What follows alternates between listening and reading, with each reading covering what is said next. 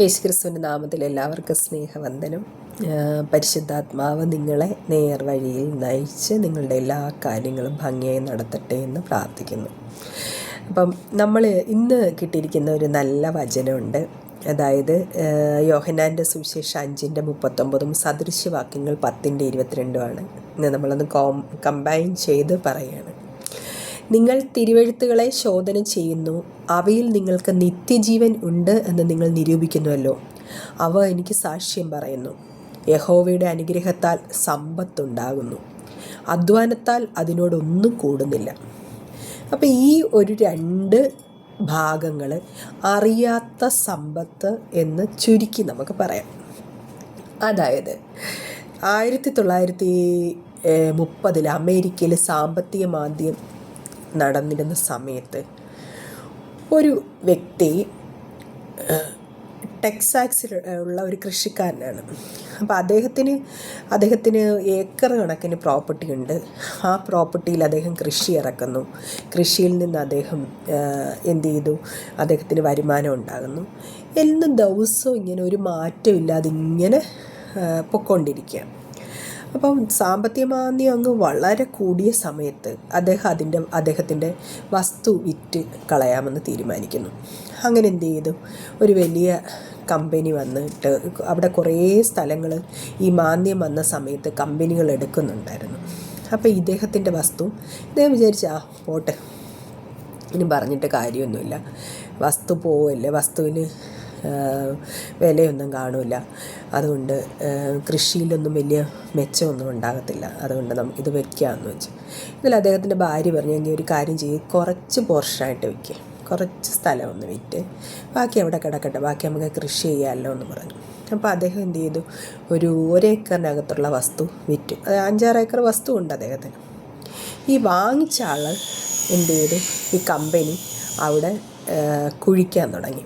അപ്പോൾ അതിനകത്തു നിന്നൊരു പെട്രോളിയത്തിൻ്റെ വലിയൊരു ശേഖരം കണ്ടെത്തി. ഭയങ്കര ഒരു അത്ഭുതമായിരുന്നു. കാരണം ഇദ്ദേഹത്തിൻ്റെ എത്രയോ വർഷം കൊണ്ട് ഈ വസ്തു ഇരിക്കുകയാണ്. അദ്ദേഹം സമ്പന്നനാണ്, കോടീശ്വരനാണ്. ബട്ട് അദ്ദേഹത്തിന് അത് തിരിച്ചറിയാനുള്ള കഴിവ്, എങ്ങനെ ഇത് എടുക്കണം എന്നുള്ള അറിവ് ഇല്ലാതിരുന്നു. ബട്ട് ആ സമയത്ത് ഒരു മാന്ദ്യം വന്നപ്പോൾ വേറൊരു കമ്പനി വന്ന് അത് ഏറ്റെടുത്ത് ആ സ്ഥലം കുഴിച്ചപ്പോൾ പെട്രോളിയത്തിൻ്റെ ശേഖരം കിട്ടി. പിന്നെ ബാക്കിയുള്ള സ്ഥലങ്ങൾ അദ്ദേഹത്തിൻ്റെ നിന്ന് കമ്പനി വാങ്ങിക്കില്ലേ, അദ്ദേഹം തന്നെ അത് ലീസിന് കൊടുക്കൂലേ. അപ്പം നമുക്കറിയാം, നമ്മുടെ ഈ ഒരു ബൈബിൾ എന്ന് പറയുന്ന ഒരു ട്രഷർ ഇതിനകത്ത് ഒരുപാട് കാര്യങ്ങൾ ഒളിഞ്ഞിരിപ്പുണ്ട്, ഒരുപാട് ട്രഷറാണ്. കാരണം രാപകൽ നിങ്ങൾ ശ്രദ്ധിച്ചിട്ടുണ്ടോ, രാപകൽ അധ്വാനിക്കുന്നവരല്ലേ, കിളയ്ക്കുന്ന ആൾക്കാർ രാപകൽ അധ്വാനിക്കുന്നില്ലേ, കിണർ കുഴിക്കുന്നവർ രാപകൽ അധ്വാനിക്കുന്നില്ലേ, എന്നാലും അവർക്കൊരു നിശ്ചിത ശമ്പളമല്ലേ അവർക്ക് കിട്ടാറുള്ളൂ. ഏറ്റവും കൂടുതൽ അധ്വാനിക്കുന്നവരവരല്ലേ, മേശം പണി ചെയ്യുന്നവർ അധ്വാനിക്കുന്നില്ലേ. പക്ഷെ അവരുടെയൊക്കെ അധ്വാനത്തിൽ രാപകലില്ലാതെ അധ്വാനിക്കുമ്പോൾ അവർക്ക് കിട്ടുന്ന ഒരു എമൗണ്ട് 700 മുതൽ 1200 വരെയുള്ള ഒരു എമൗണ്ടാണ് കിട്ടുന്നത്. അതിനപ്പുറം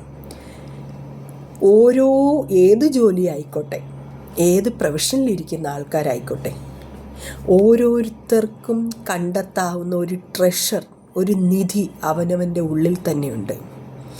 ആ നിധി കണ്ടെത്താൻ സഹായിക്കുന്ന ഈ മോഡേൺ യുഗത്തിലും നിലനിന്ന് പോകുന്ന ഏറ്റവും വലിയൊരു ഒരു സമ്പത്താണ് ഈ ബൈബിൾ എന്ന് പറയുന്നത്. ഇതിനകത്ത് ഒരുപാട് വാക്യങ്ങളുണ്ട്, ഒരുപാട്. കാരണം ഇതങ്ങോട്ട് പഠിച്ച് തുടങ്ങുമ്പോൾ ഉണ്ടല്ലോ, എന്താ പറയണ്ടെന്ന് എനിക്കറിയത്തില്ല. ഒരുപാട് ആവർത്തന പുസ്തകം 28:1 ദിവസം വായിക്കണം. യെശയ്യാ പ്രവാചകൻ്റെ പുസ്തകം 60-ാം അധ്യായം, ഇതൊക്കെ ദിവസം വായിക്കേണ്ടതാണ്. നീ പുറത്തു പോകുമ്പോൾ അനുഗ്രഹിക്കപ്പെടും, നീ അകത്ത് വരുമ്പോൾ അനുഗ്രഹിക്കപ്പെടും, നിൻ്റെ വയലിൽ നീ അനുഗ്രഹിക്കപ്പെടും, നീ വാലല്ല തലയാകും. അപ്പം ഒരിക്കലെങ്കിലും ജീസസിനെ അറിയാനും ഈ ബൈബിൾ കാലഭേദം അനുസരിച്ച് ഇപ്പോഴും പുതുമയോടുള്ള കാര്യങ്ങൾ, പഴയ കാലങ്ങളിൽ എഴുതി വെച്ചിട്ടുള്ള കാര്യങ്ങൾ അതേപോലെ ഈ യുഗത്തിലും സംഭവിച്ചുകൊണ്ടിരിക്കുന്ന ഈ ട്രഷർ എനിക്ക് കിട്ടിയിരിക്കുന്ന ഈ നിധി നിങ്ങൾ ഓരോരുത്തരും വായിക്കണം. ജീസസ് ക്രൈസ്റ്റ് ഒരിക്കലും ക്രിസ്ത്യാനികളുടെ ദൈവമല്ല. നിങ്ങൾ ചരിത്രം എടുത്താൽ കാണാം, ഏറ്റവും കൂടുതൽ പോരാടിയിട്ടുള്ള, ഏറ്റവും കൂടുതൽ സമൂഹത്തെ നന്നാക്കാൻ തിരിച്ച ഒരു പോരാളിയായിരുന്നു ജീസസ്. നമുക്ക് ജീസസിനെ പല വിധത്തിൽ അക്സെപ്റ്റ് ചെയ്യാം. കൂട്ടുകാരനായിട്ട് അക്സെപ്റ്റ് ചെയ്യാം, പിതാവായിട്ട് അക്സെപ്റ്റ് ചെയ്യാം, ഒക്കെ നമ്മുടെ മൈൻഡാണത്. അപ്പം പ്രിയരെ, നിങ്ങളുടെ ഉള്ളിൽ ഒളിഞ്ഞിരിക്കുന്ന നിധികൾ നിങ്ങൾ കണ്ടെത്തണം. അതിന് നിങ്ങളെ നയിക്കുന്ന ഈ ബൈബിള് നിങ്ങൾ ഒരിക്കലെങ്കിലും വായിക്കണം. എല്ലാവർക്കും നന്മയുണ്ടാകട്ടെ. ഇന്ന് ജോലിക്ക് പോകുന്നവരും എല്ലാവരും സന്തോഷമായിട്ട് സമാധാനമായിട്ട് പോയി ജോലി ചെയ്യുക. എല്ലാവരും സന്തോഷമായിട്ടിരിക്കുക. എല്ലാവരും മനസ്സും തുറന്ന് വിശാലമായിട്ട് ചിരിക്കുക. ഓരോന്നും വന്നോട്ടെന്നേ, അത് വരുന്ന കാര്യങ്ങൾ ആ വഴിക്ക് വരും. അതും ഈ സമയവും കടന്നു പോകില്ലേ. ഈ ടൈമിന് പ്രാധാന്യം നൽകാതെ നിരന്തരം പ്രാർത്ഥിച്ച് നിരന്തരം വചനങ്ങൾ അങ്ങ് തലച്ചോറിൽ കൊണ്ട് അത് ഉരുവിട്ട് നടക്കുന്ന ഒരു വ്യക്തിക്ക് ഇന്ന് ലോകം കണ്ടിട്ടില്ലാത്ത, ഒരു മനുഷ്യൻ പറയാൻ പറ്റാത്ത വിധത്തിൽ അനുഗ്രഹിക്കപ്പെടും. Have a nice day dears. Thank U.